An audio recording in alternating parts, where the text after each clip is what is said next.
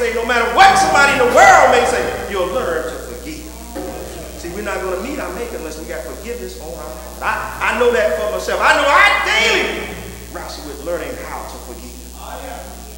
Yes, it's a challenge, but you got to learn to drink the right kind of water. Deacons and deaconess, trustees, I'm so glad that you have set aside this day in this church to say this is our day. But I need you to leave here today. If you don't ever hear me again, it'll be all right. But remember, I challenge you today. What kind of water are you carrying? Are you carrying fresh water? Are you carrying the forgiveness water? Are you carrying the spiritual saving water? Because Jesus told the disciples, you have this power. You have the power. Somewhere in the text it said that they chose some folks and laid hands on them. So deacons, you got the right kind of power to give out the fresh water. Even if you weren't chosen as a deacon and a deaconess today, you still have the power to show people how to forgive. We've been doing it for a long time. We ain't always had beautiful churches like this. Back in the day, our churches would have been bombed if we had attempted to build churches like this. But in spite of that, look what God has done for us. When I looked around in the sanctuary, when I came in here this morning, I told the bracket, I said, boy, you got a church up in here. But you got all of this because somebody's been drinking the right kind of water. There was a vision somewhere that these pews, we feel there's a need for people to come here and get that fresh kind of water. So as Bracken begins to continue to do what he does, in church, you continue to do what you do. Just remember, as I leave this place, always have the right kind of water. Young man may come in here tattooed up, brains in his hair, but he needs some fresh water. Girl may come in here pushing 2 and 3 babies, about 2 and 3 different guys, but even she needs some fresh water. May not have a doctor's degree, may not even have a degree, but they need to drink a fresh water. May not ever be a deacon, may not ever be a trustee, but offer them some fresh water. That's what Jesus requires us to do. Yeah, he requires us to always be ready. I used to tell Covington, we need to be like the Motel 6, leave the light on for the weary traveler. Wouldn't that be something if somebody was passing Jerusalem today and we ready to get up out of here to go see a football game and didn't have a fresh drink of water? Wouldn't that be something? Wouldn't that be something? I used to challenge Covington Coach to tell you, I said, where are you rushing off to? Where you got to be to at 1:30? What court case you getting ready to try? What heart patient you going to meet at the hospital to fix a heart today? What are we in a rush to do when the weary traveler looking for fresh water? No, we don't have time no more to sit in church. I can remember the church, we stay in church all day, but there really was nothing else to do. Yeah, before there was second shift and third shift, we couldn't wait to assemble with the family. Then during the week, we couldn't wait for the morning worship experience. We couldn't wait to get there. Why? Because the preacher was going to serve up some fresh water. Yeah, church of old, you can remember when you would be passing by, coming down maybe a dirt road, and there was a brother or sister hanging in the tree. And you got to the church, the preacher told you, even though that one was taken away, it's going to be all right.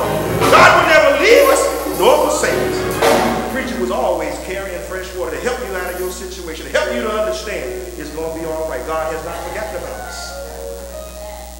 God has not forgotten about us. That's what I want to leave you with here today. Doesn't matter the degrees we have. Does not matter the job and the status quo that we have in the community. Doesn't matter how long you've served on the usher ministry, deacon ministry. The question is the day for you, Jerusalem, tonight. Are we carrying fresh water? There's a hurting world out there today. When I look around in the community, boys joining gangs, filling up our prisons faster than we can build them. They're doing this kind of activity because we're not carrying fresh water. When I look at what the young girls are doing, you could turn on your TV. There was a few months ago, there was a news article, there was a pack in a high school. Girls were seeing who could have the most babies. They're doing this because we're not serving the right kind of water. They come to our churches and we don't allow them to be used in the ministry. You got to be in the church for a little while before you can do it. You got to have some status before you can do it. But I'm so glad Jerusalem is not like that, because I listened to the welcome this morning. She said this is a church where everybody's somebody. And Jesus is Lord. So I thank God for you, Jerusalem. I sat here this morning, I just watched it all. The beauty of how you worship this morning. I have to believe that Bracken has been serving fresh water here. Amen. So I thank God for my friend. I may not ever get this way again, but I want to take this opportunity to tell you, keep on drinking the water. Keep on drinking the water. Continue to be at the well when the pastor's there to fresh up on Wednesday night, Sunday morning, afternoon service, even in your meetings. Men's ministry, I heard it's going to be a meeting today. Amen. Be ready to receive some fresh water. Not just any old kind of water, but the water we find in this temple that says it poured from Emmanuel's name. Yeah. There was some water within that. Yeah, there's some water in there. If you're not carrying fresh water today, be mindful. There's still an opportunity for you to come to the well. Remember I said there was no one pushed up in here, so anyone who wants to come can come. Anyone who has the ability to come should come.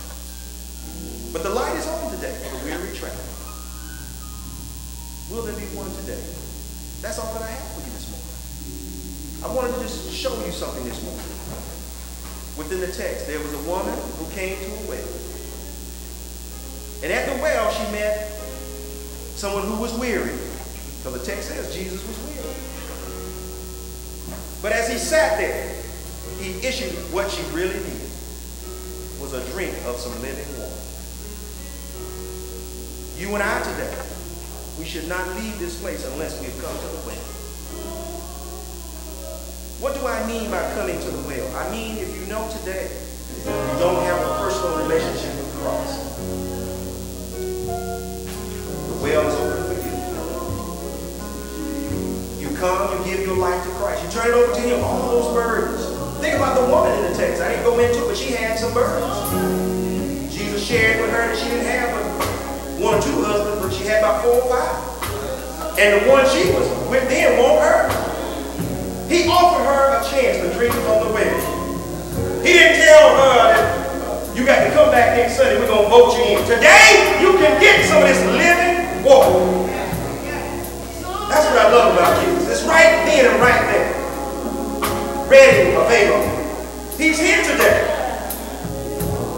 There's no age limit of coming to the well. Young people, I may not ever get this way again, but if you can see for yourself today, what I've just said, that Jesus is offering water, he's like this. You may have a big brother or big sister who fends for you when you get in trouble. You can't fend for yourself.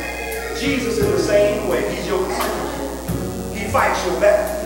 He comes to your rescue. So young person, if you're here today and you need someone to now fight your battle, today is your day to come. Go back another way, like the woman did at the well. Maybe the teachers told you you'll never get past algebra, but come to the well and let Jesus help you. Maybe someone told you you'll never amount to anything, but come to the well where Jesus will show you that you are somebody. I know for myself, I was once a filthy rag, and I'm still not clean. I'm still a dressed up person. See, I'm old enough to know. Doesn't matter how many times I stand behind this pulpit, no matter the times I pick up this Bible, I'll never be perfect. I need that water daily. That's what the world needs. I'm not saying practical, but it needs some pastors to be transparent. So if you understand, we need water just like you. We're challenged daily. Yeah, when we're called out from among you, you think the Satan is not coming out. He's coming at us from the left and to the right. He don't want us to tell you to come get some fresh water. He would rather us have you out there destitute and dry. But I can't do it. It's not about coming in. I love to see the people shout, but it's about telling you what you're going to need to survive. You're going to need some water. I told you, you can't survive. If there's anybody who wants to try, and the blood won't be on my hands. I want you to go for about a month without some water. Brad can be calling me here for a whole morning service. You can't go without water. And you get out that day going without this, immersing yourself in the word. Getting to get a fresh word, a fresh drink of water daily. You're dying daily, your spiritual death that you don't need. We need this water. If you're all right with where you are, I see the pastors in front.